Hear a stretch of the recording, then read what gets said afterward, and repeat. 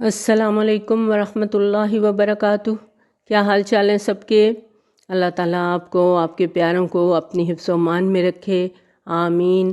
اللہ کے بابرکت نام کے ساتھ اپنا آج کا سبق شروع کرتے ہیں۔ اعوذ باللہ من الشیطان الرجیم، بسم اللہ الرحمن الرحیم۔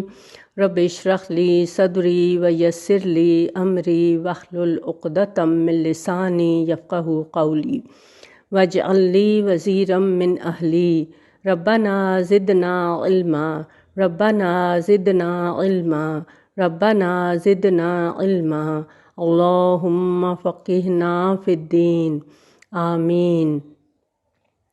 آج ہم قرآن مجید کی آخری 3 صورتیں پڑھیں گے۔ قرآن کا پیغام بھرپور طریقے سے دیا جا رہا ہے اور سارے کلام کا نچوڑ سورۃ اخلاص میں رکھ دیا گیا۔ نبی صلی اللہ علیہ وآلہ وسلم نے فرمایا، کیا تم ہر رات 1/3 قرآن پڑھنے سے عاجز ہو؟ صحابہ کرام رضی اللہ تعالیٰ عنہم نے عرض کیا، کوئی شخص 1/3 قرآن کیسے پڑھ سکتا ہے؟ نبی صلی اللہ علیہ وآلہ وسلم نے فرمایا، سورۃ اخلاص 1/3 قرآن کے برابر ہے۔ قرآن 3 باتوں پر سٹریس دیتا ہے: توحید، رسالت اور آخرت، اور سورۃ اخلاص توحید کا مکمل بیان ہے۔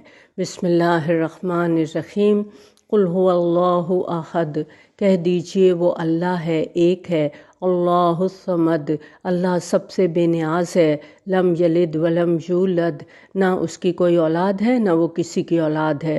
ولم یکن لہ کفوا احد، اور کوئی اس کا ہمسر نہیں ہے۔ یہ صورت ہمیں توحید کے بارے میں بتاتی ہے، اور توحید وہ چیز ہے جو انسان کو سب سے زیادہ اللہ کے قریب کرتی ہے، کیونکہ یہ دنیا، اس دنیا کی ہر چیز، تمام مخلوق، زمین، آسمان، کائنات، ہر چیز اللہ نے بنائی ہے۔ تو اللہ کا حق ہے نا کہ اب ہر چیز اس کی عبادت کرے۔ تو انسانوں کو بھی اللہ تعالیٰ نے بنایا ہے، تو انسانوں پر بھی اللہ کا حق ہے کہ ہم تمام انسان صرف اور صرف اس رب کی عبادت کریں، اور وہ رب کون ہے اس کی پہچان یہ صورت کراتی ہے۔ اخلاص کا کہتے ہیں خالص کرنا۔ قل هو اللہ احد، احد یعنی واحد، اکیلا۔ یہ لفظ اللہ تعالیٰ کے لیے خاص ہے۔ عام زبان میں اگر ہم کسی کے لیے یہ لفظ استعمال کریں گے تو واحد کہا جائے گا۔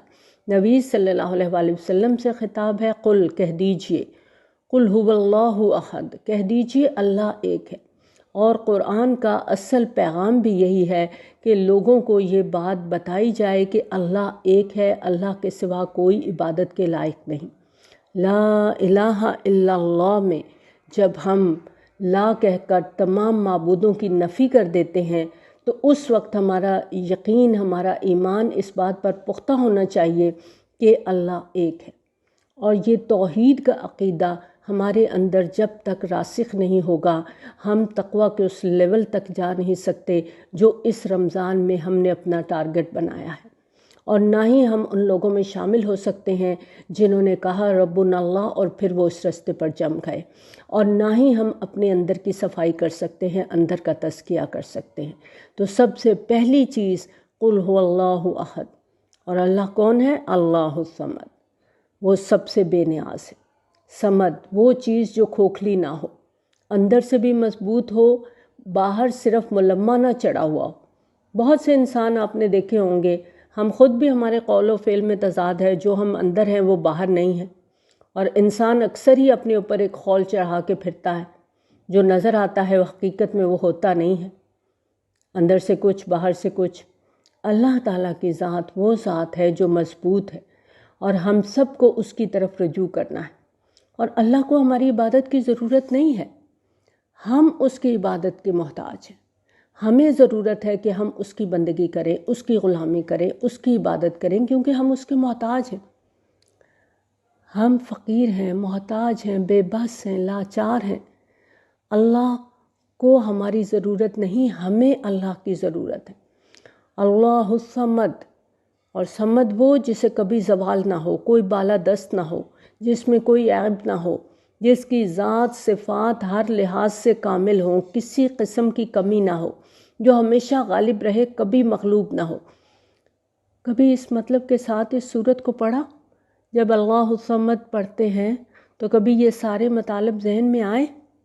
ذرا پڑھیں آج اس احساس کے ساتھ اس کو، قل هو اللہ احد اللہ الصمد۔ اللہ کی پہچان آئی، اللہ کی معرفت آئی۔ جب ہمیں یقین ہوگا کہ یہ وہ ذات ہے جس پر کوئی بالادست نہیں ہے، جس میں کوئی عیب نہیں ہے، جو ہر لحاظ سے کامل ہے، جو کبھی مغلوب نہیں ہوتا، تو ہی اللہ کی معرفت آئے گی، تو ہی اللہ کی پہچان آئے گی، تو ہی اللہ کا تقوی ہمارے دل کے اندر آئے گا۔ لم یلد ولم یولد، نہ اس کی کوئی اولاد ہے، نہ وہ کسی کی اولاد ہے، وہ اکیلا ہے، اس کو کسی سہارے کی ضرورت نہیں۔ اور قرآن میں بارہا اس کا تذکرہ ملتا ہے کہ اللہ کی کوئی اولاد نہیں ہے، کیونکہ انسان کمزور ہے، انسان کو اولاد کے سہارے کی ضرورت ہوتی ہے۔ اللہ الصمد ہے، اللہ کو تو کسی سہارے کی ضرورت نہیں۔ اور قرآن میں بار بار ہم یہ آیات پڑھتے ہیں جس میں رحمان کے اولاد ہونے کی سختی سے تردید کی گئی ہے۔ وَلَمْ يَكُنْ لَهُ كُفُوًا أَحَدٌ، اور کوئی اس کا ہمسر نہیں ہے، اس کے جیسا تو کوئی ہے ہی نہیں۔ لَيْسَ كَمِثْلِهِ شَيْءٌ، کسی کے پاس اللہ جیسی طاقت نہیں ہے۔ کتنی پیاری صورت ہے نا، کتنی خوبصورت، کتنا پیارا مطلب، اس کی ڈیپتھ میں آج گئے۔ یہ صورت تو ہم بہت زیادہ پڑھتے ہیں اپنی نمازوں میں، ہے نا، بدل بدل کے بھی صورتیں پڑھنی چاہیے، لیکن ہماری اکثریت جو ہے وہ اسی صورت کو نمازوں میں پڑھتی ہے۔ تو اس صورت کو جب ہم سمجھ کے پڑھیں گے تو ہی اللہ کی پہچان آئے گی نا، اللہ کی محبت آئے گی۔ سیدہ عائشہ رضی اللہ تعالیٰ عنہ سے روایت ہے کہ نبی صلی اللہ علیہ وآلہ وسلم نے ایک شخص کو فوج پر سردار بنا کر بھیجا۔ وہ اپنی فوج کی نماز میں قرآن پڑھتے اور قرات کو قل هو اللہ احد پر ختم کرتے تھے۔ جب فوج لوٹ کر آئی تو لوگوں نے اس کا ذکر نبی صلی اللہ علیہ وآلہ وسلم سے کیا۔ نبی صلی اللہ علیہ وآلہ وسلم نے سوال کیا کہ وہ ایسا کیوں کرتا ہے؟ اس نے جواب دیا، یہ رحمان کی صفت ہے اور میں اسے دوست رکھتا ہوں کہ اسے پڑھا کروں۔ نبی صلی اللہ علیہ وآلہ وسلم نے فرمایا، اللہ تمہیں دوست رکھتا ہے۔ یہ مسلم کی روایت ہے۔ یہ مختصر ترین صورت ہے۔ اللہ تعالیٰ کا مکمل تعارف اس کی پوری عظمت اور شان و جلال کے ساتھ کروا دیا گیا۔ قل هو اللہ احد اللہ الصمد لم یلد ولم یولد ولم یکن لہ کفوا احد۔ پوری صورت کو جب ہم ڈیپتھ کے ساتھ سمجھ کے پڑھیں گے تو اللہ کی معرفت ہمارے دل میں آئے گی، اللہ کی محبت دل میں پیدا ہوگی، کیونکہ انسان ہمیشہ اس چیز سے محبت کرنا چاہتا ہے جس میں کوئی عیب نہ ہو، کوئی کمی نہ ہو۔ اب دیکھیں، محبت کو عام طور پہ کیا چیز کم کرتی ہے؟ کوئی عیب، کمی، کوتاہی۔ کوئی لباس ہے آپ کو بہت زیادہ پسند ہے لیکن رنگ خراب ہو گیا، اب کیا ہوا کہ وہی چیز دل سے اتر گئی، اس کو سائڈ پہ کر دیا۔ کوئی بھی چیز ہے، آپ کا گھر ہے، لباس ہے، زیور ہے، گاڑی ہے، سب میں کہیں نہ کہیں عیب آ جاتا ہے۔ گھر پرانا ہو جاتا ہے، دیواروں میں دراڑیں پڑ جاتی ہیں، رنگ روغن خراب ہو جاتا ہے، دروازے ٹوٹ جاتے ہیں، لباس پرانا ہو جاتا ہے، رنگ خراب ہو جاتا ہے، زیور کا رنگ بدل جاتا ہے، گاڑی پہ اسکریچز پڑ جاتے ہیں، ہر چیز میں عیب ہوتے ہیں۔ اسی طرح انسانوں کے اندر بھی بہت سی کمزوریاں ہیں۔ اب ایک شخص سے بہت محبت ہوتی ہے لیکن اس کا کوئی ایک عمل اس سے دور کر دیتا ہے۔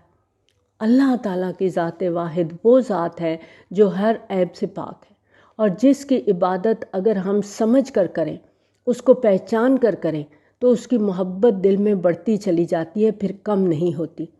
اور تمام ادیان میں خدا کا جو بھی کانسیپٹ ہے، اسلام کا کانسیپٹ بالکل الگ ہے۔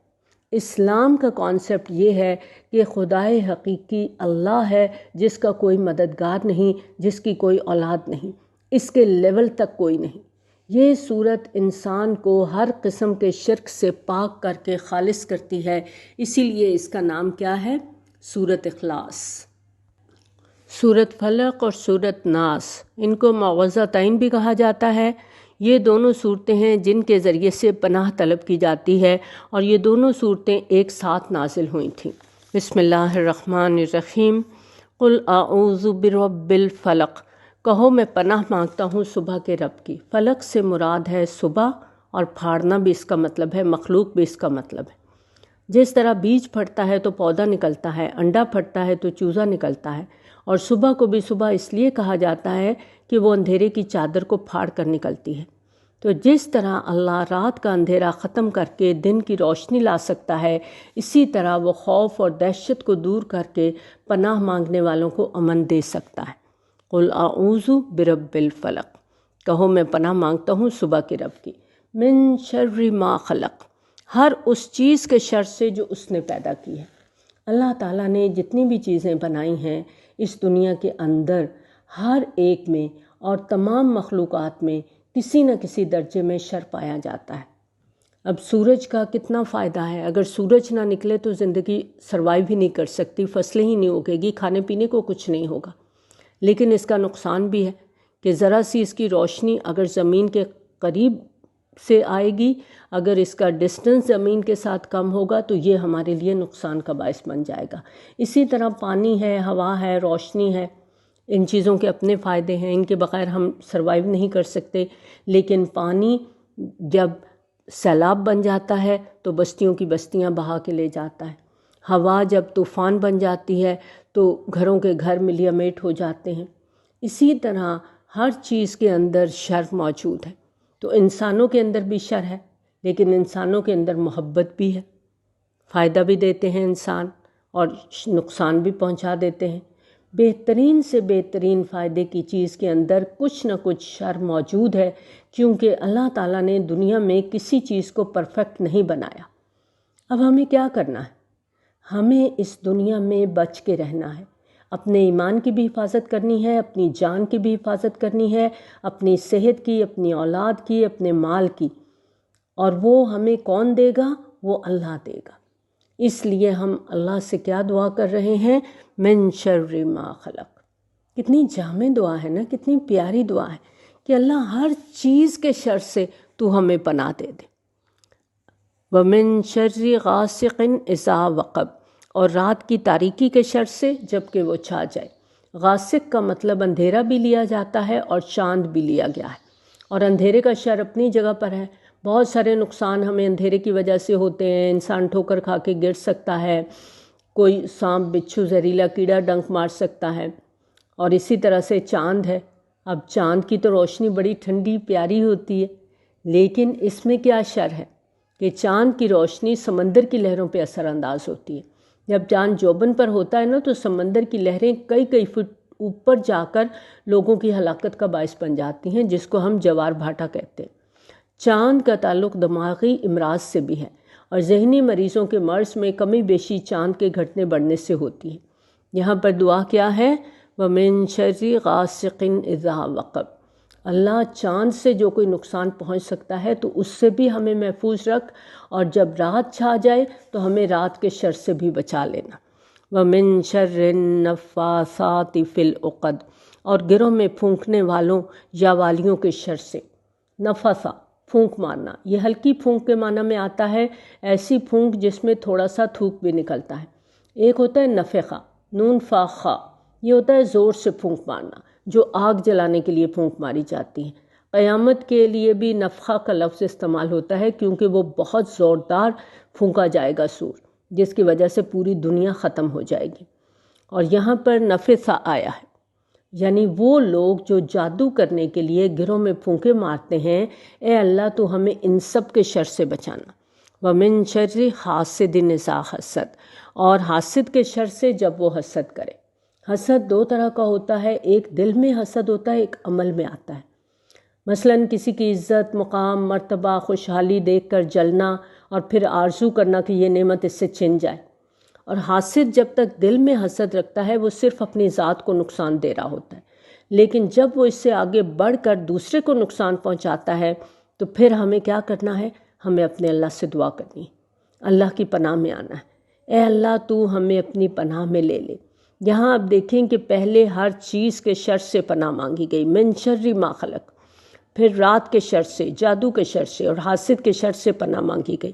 اور یہ تین طرح کے جو شر ہیں، رات، جادو اور حسد، یہ خاص طور پر انسان کے لیے نقصان دہ ہیں، تو ان سے بچنے کے لیے ہم سب کو دعا کرنی چاہیے کہ اللہ تعالی ہمیں ان کے شر سے محفوظ رکھے، آمین۔ سورۃ ناس ہے۔ بسم اللہ الرحمن الرحیم۔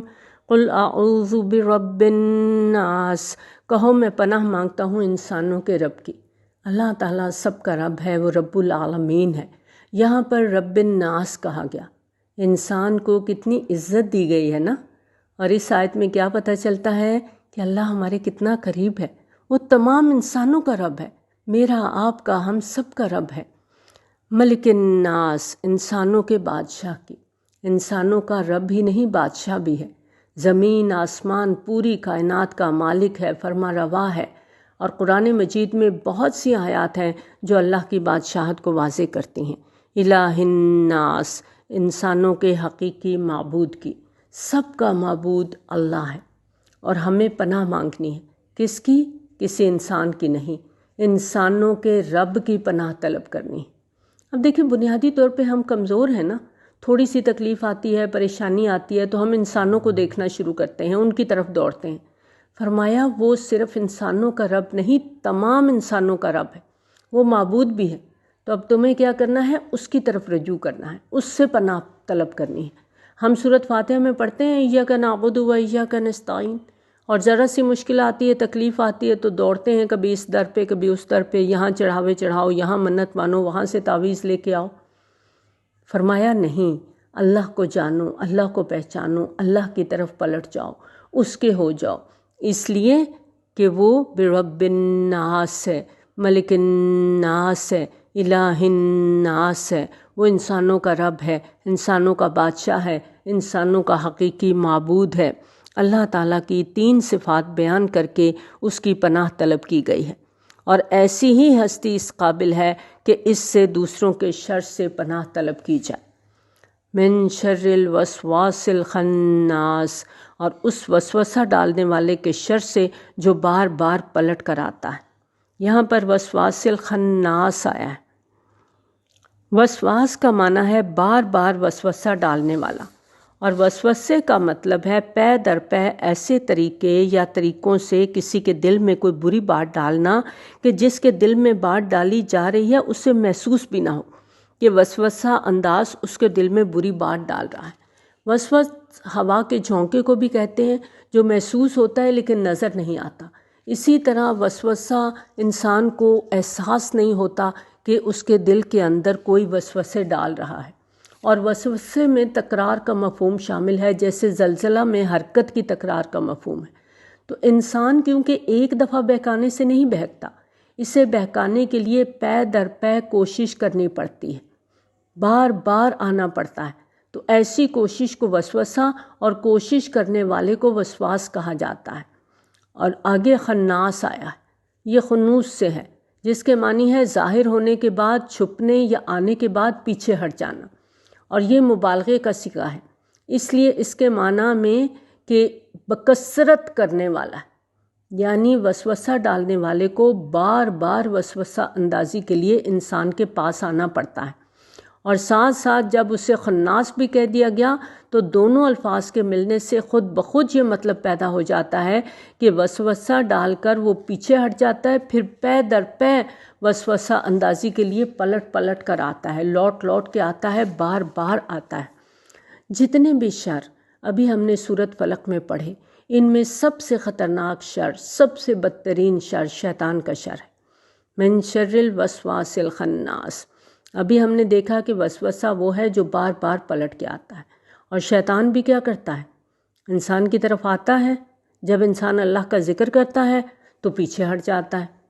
ہم نماز شروع کرتے ہیں، شیطان پیچھے ہٹ جاتا ہے، لیکن جیسے ہی ہمارا ذہن دوسری باتوں کی طرف متوجہ ہوتا ہے وہ آ جاتا ہے، پھر ہم کوشش کرتے ہیں، اپنے آپ کو فوکس کرتے ہیں، وہ پھر چلا جاتا ہے، یعنی بار بار پلٹ پلٹ کے آتا ہے۔ یہ ایسا چور ہے جو ہر وقت دل پر گھات لگا کے بیٹھا ہوا ہے کہ کب دل خالی ہو فوراً اس پہ قبضہ کرو۔ اور اس میں انسان کے دل کے اندر جو ایمان ہے، یقین ہے، توکل ہے، اخلاص ہے، تقوی ہے، اللہ کی محبت ہے، اللہ کی پہچان ہے، شیطان چاہتا ہے میں وہ اچک لوں۔ وہ ہر وقت حملے کے لیے تیار رہتا ہے، بار بار حملہ کرتا ہے، بار بار آتا ہے۔ الذی یوسوس فی صدور الناس، جو لوگوں کے دلوں میں وسوسے ڈالتا ہے۔ دل، سب سے پہلے شیطان نے کس کے دل میں وسوسہ ڈالا تھا؟ آدم علیہ السلام کے دل میں۔ پھر اس نے کیا عہد کیا تھا کہ قیامت تک وہ یہ کام کرتا رہے گا۔ ہر انسان جو بھی دنیا میں آیا، شیطان اس کے پیچھے آتا ہے، یہ خون کی طرح ہمارے جسم میں دوڑتا رہتا ہے، ہمیں پوری طرح دبوچ لیتا ہے۔ لیکن دبوچتا کب ہے؟ جب انسان رحمان سے غافل ہوتا ہے، قرآن مجید میں آتا ہے جو رحمان کے ذکر سے غفلت برتتا ہے تو ہم اس پر ایک شیطان مسلط کر دیتے ہیں اور وہ اس کا ساتھی بن جاتا ہے۔ یہ انبیاء علیہ السلام کے بھی پیچھے رہا لیکن ان پر غالب نہیں آ سکا۔ تو ہمارے لیے بہت بڑا سبق ہے کہ اگر ہم اللہ تعالیٰ سے اللہ کی یاد کے ساتھ، اللہ کی کتاب کے ساتھ جڑ کر رہیں گے، اللہ کی محبت سے جڑے رہیں گے تو ہی شیطان کے شر سے اپنے آپ کو بچا سکیں گے۔ اور شیطان کا شر یاد رکھیں مرتے دم تک ہمارے ساتھ ہے، اور یہ کس طرح سے وسوسے ڈالتا ہے؟ من الجنتی والناس، چاہے جنوں میں سے ہوں یا انسانوں میں سے ہوں، کبھی جنوں کی کبھی انسانوں کی شکل میں۔ بعض اوقات خاموشی سے حملہ کرتا ہے، صرف دل میں خیال ڈال دیتا ہے۔ بعض اوقات کسی انسان کی شکل میں، خوبصورت باتوں کی شکل میں آتا ہے، دوستوں کی شکل میں آتا ہے۔ انسان کمزور ہے نا، اللہ تعالیٰ نے قرآن مجید میں فرمایا خلق الانسان ضعیفا، انسان کمزور پیدا کیا گیا ہے، انسان سہارا چاہتا ہے، اور اللہ کے سوا باقی سہارے کیا ہیں؟